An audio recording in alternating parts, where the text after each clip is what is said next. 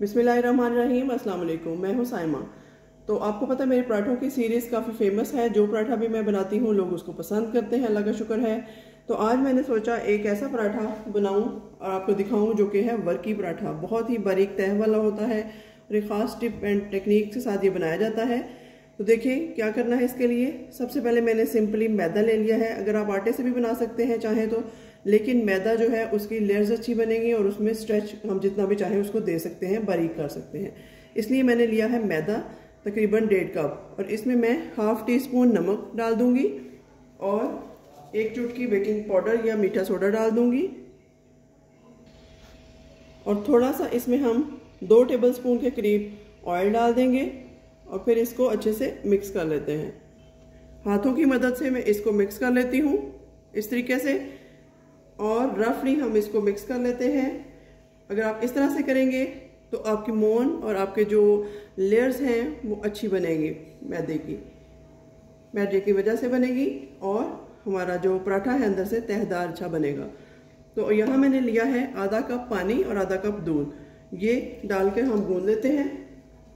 और डो जो है बहुत सख्त भी नहीं और बहुत नरम भी नहीं रखनी चाहिए। इस तरह से उंगलियों की मदद से हम इसको मिक्स करेंगे, बहुत जोर नहीं लगाएंगे। ये देखिए बहुत सॉफ्टली कि मैं इसको डील कर रही हूँ, ना सख्त है ना नरम है।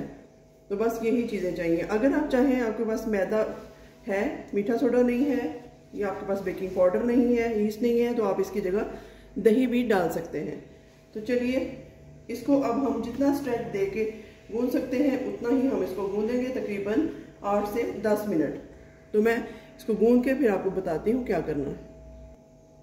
ये देखिए इसको मैंने काफ़ी स्ट्रेच दिया है तो ये इस तरह हो गया है। अभी मैं इसको और स्ट्रेच दे रही हूँ इस तरह से। इस तरीके से आप इसमें स्पेस पैदा करें, फिर इसके अंदर एयर पैदा होगी और हमारे पराठे जो हैं वो बहुत अच्छे बनेंगे। इसको तब तक हम नीट करेंगे जब तक ये फाइनल इसकी फाइन डो ना बन जाए। तो ये किनारी को छोड़ने लगा है। अब थोड़ा सा और गूंथती हूँ इसको।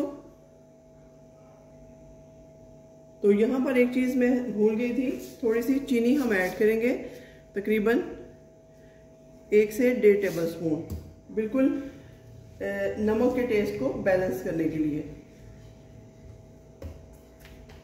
तो जैसे ही ये चीनी मेल्ट होती है हमारा प्रोसेस कंप्लीट है।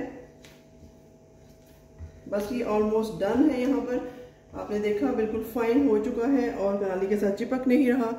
एंड पे इसको हम फिर से थोड़ा सा ऑयल में रोल करेंगे। आप अगर डालडा घी लगाएंगे तो आपके और बेहतर पराठे बन सकते हैं। ये देखिए इस तरीके से थोड़ा सा ज़्यादा ऑयल इसमें जाता है। तो यहाँ पर ये डो रेडी है। इसको हम किसी एयर टाइट जार में या डब्बे में रखते हैं। तो लीजिए जी, ये छोटा सा प्यारा सा डब्बा है, इसमें मैं रख देती हूँ इस तरीके से और इसको हम अच्छे से सेट कर देते हैं और इसके ऊपर भी थोड़ा सा हम हल्के हाथों से ऑयल लगा देंगे। अब इसको मैं कवर करती हूँ, तकरीबन इसको रेस्ट देते हैं हम 6 से 7 मिनट तक। उसके बाद देखते हैं नेक्स्ट हम इसका क्या प्रोसेस करेंगे। तो यहाँ पर जी ये ऑलमोस्ट 7 से 8 मिनट हो चुके हैं। बहुत सॉफ्ट डो बन चुकी है। और यहाँ लेते हैं थोड़ा सा मैदा ड्राई वाला और थोड़ी सी जगह बनाते हैं और इधर अपना स्टार्ट करते हैं हम इसमें पेड़ा बनाना।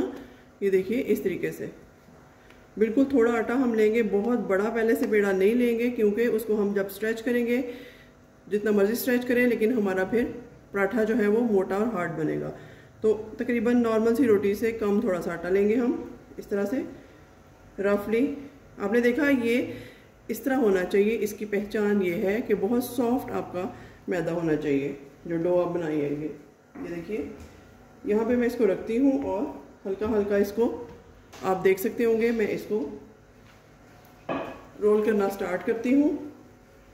अब जी इसकी खास टेक्निक ये है कि हम इसको बहुत बड़ा बेलेंगे, जितना बड़ा हम कर सकते हैं। आटा हम खुला ही डाल लेते हैं इसके ऊपर सूखा, ताकि कोई प्रॉब्लम ना हो। ये देखिए इस तरीके से शेल्फों को आप अच्छे से नीट कर लीजिए। इसको मैं बहुत बड़ा करके आपको बताती हूँ क्या करना है। तो यहाँ देख सकते हैं आप, मैंने बहुत बड़ा कर लिया है इसको, जितना मैं कर सकती थी तकरीबन उतना बड़ा कर चुकी हूँ। और अब जी यहाँ पर हम ऑयल डाल देंगे, अच्छा सा ऑयल डालेंगे हम इसके ऊपर। थोड़ी सी कलवंजी मैंने डाल दी थी, अजवाइन डाल सकते हैं आप कुछ भी। तो इसके ऊपर अब मैदा स्प्रिंकल करूँगी, इस तरह से उसकी एक पेस्ट सी बना लेंगे। और अब जी इसके वर्की पराठे किस तरह बनेंगे आप देखिएगा।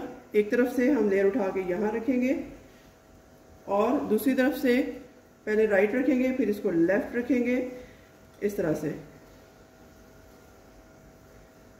अगर आप चाहें तो आप इसको दरमियान में थोड़ी सी जगह भी छोड़ सकते हैं, थोड़ा और इसको हम कम करते हैं। एक तरफ इस तरह करेंगे और दूसरी तरफ से इस तरह करेंगे और दरमियान में हम थोड़ी सी स्पेस इसकी छोड़ देंगे, आप देख सकते हैं। अब यहाँ जी एक ख़ास टिप एंड ट्रिक जो मैंने आपको बताया था वो ये है कि आप भी सोचेंगे इसमें क्या ख़ास बात है, लेकिन जब ये बनेगा तो आपको नजर आएगी कि क्या ख़ास बात थी। तो इसको यहाँ से हम कट कर लेते हैं बिल्कुल सीधा,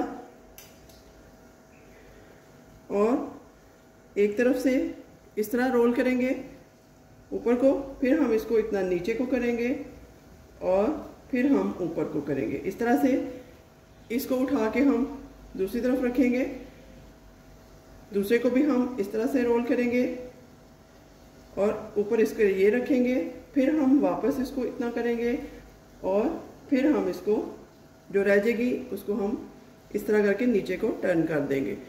तो ये देखिए, ये जो सारी आप लेयर्स देख सकते हैं इसमें बनेगी, ये इसका वर्क ही बनेगा एंड में।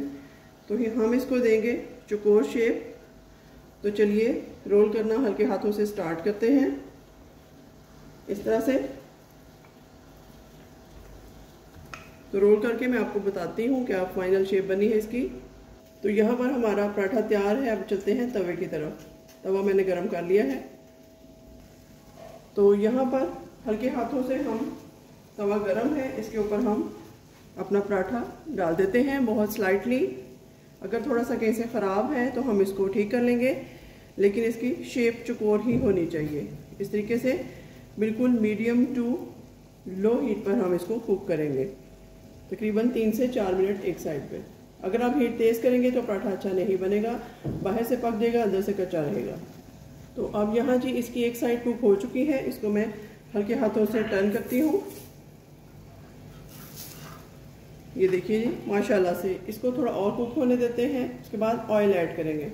अब यहाँ पर थोड़ा थोड़ा हम ऑयल डाल देंगे इसके ऊपर, बहुत ज़्यादा नहीं और बहुत कम भी नहीं। और इसको हम, ये वाली साइड कुक होती है तो फिर इसकी साइड चेंज करते हैं। इसको हम हल्के हल्के हाथों से घुमाते रहेंगे स्टेप वाइज। आप देख रहे हैं कि इसके ऊपर बबल्स बनना स्टार्ट हो गए हैं, इट मीन्स ये इसकी लेयर बहुत अच्छी बनने वाली है। मैं आपको तोड़ के भी दिखाऊंगी। तो अब इसको पलट के देखते हैं। ये देखिए जी माशाल्लाह कितना अच्छा इस पे कलर आया है।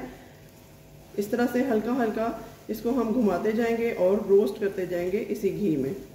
बिल्कुल थोड़ा सा हम ऑयल और ऐड करेंगे इसके ऊपर। आप देख रहे हैं कि लेयर्स बहुत अच्छी बनेगी, क्रिस्पनेस भी बहुत अच्छी है। अगर हमने दूध और पानी ना डाला होता तो पराठा इतना अच्छा नहीं बन सकता था। तो इसी तरह से दोनों साइडें इसकी हल्के हल्के हाथों से हम कुक करते हैं। उसके बाद फाइनल लुक मैं आपको दिखाती हूँ। तो यहाँ पराठा रेडी है, इसको उतार लेते हैं। तो यहाँ पर देखिए जी पराठा हमारा रेडी है, बहुत ज़बरदस्त किस्म का। और अगर आपको मैं तोड़ के दिखा सकूँ तो मैं आपको बताती हूँ इसमें कितनी लेयर्स आई हैं, कितनी ज़बरदस्त सी लेयर्स आई हैं। तो इसको तोड़ते हैं थोड़ा सा, मैं आपको बताती हूँ कि किस कदर सॉफ्ट है, पकड़ने से ही ये टूट रहा है। ये देखिए, अगर आप इसके अंदर देख सकते हैं तो ये देखिए इसकी लेयर्स, इसके लच्छे किस कदर खुल के हमारे सामने आ चुके हैं। तो ऊपर से भी मैं इसको जैसे ही हाथ लगा रही हूँ ये टूटता जा रहा है। इस कदर खस्ता और सॉफ्ट पराठा हमारा बनकर तैयार हुआ है। तो आप इस रेसिपी को फॉलो कीजिएगा, बच्चों को दीजिए, बड़ों को दीजिए, और मुझे अपनी दुआ में याद रखिए। मिलते हैं किसी नई और अच्छी रेसिपी के साथ, लेकिन जाते जाते मेरा चैनल लाइक और सब्सक्राइब करना मत भूलिएगा। अल्लाह हाफिज़।